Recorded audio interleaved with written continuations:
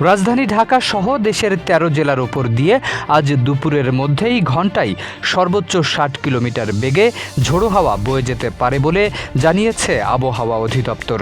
একই সঙ্গে এসব এলাকায় কোথাও কোথাও বৃষ্টি ও বজ্রপাতের আশঙ্কা রয়েছে। সোমবার দেশের অভ্যন্তরীণ নদীবন্দরগুলোর জন্য দেওয়া পূর্বাভাসে এই তথ্য জানিয়েছে আবহাওয়া অধিদপ্তর।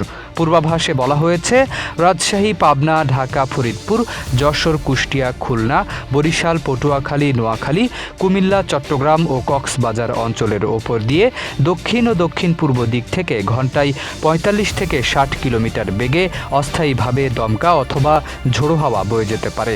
এ সময় সব অঞ্চলের কোথাও কোথাও বৃষ্টি ও বজ্রপাত হতে পারে। ফলে ঝোড়ো হাওয়া, বৃষ্টি ও বজ্রপাতের কারণে নদীপথে সাময়িকভাবে বৈরী আবহাওয়া তৈরি হতে পারে।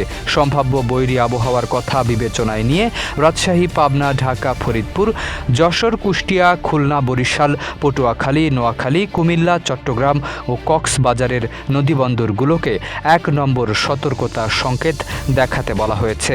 এদিকে ঝোড়ো হাওয়া ও বজ্রপাতের আশঙ্কা থাকায় এসব এলাকার নৌযান ও নদীপথে চলাচলকারী সতর্কতার সাথে চলাচলের পরামর্শ দিয়েছে আবহাওয়া অধিদপ্তর।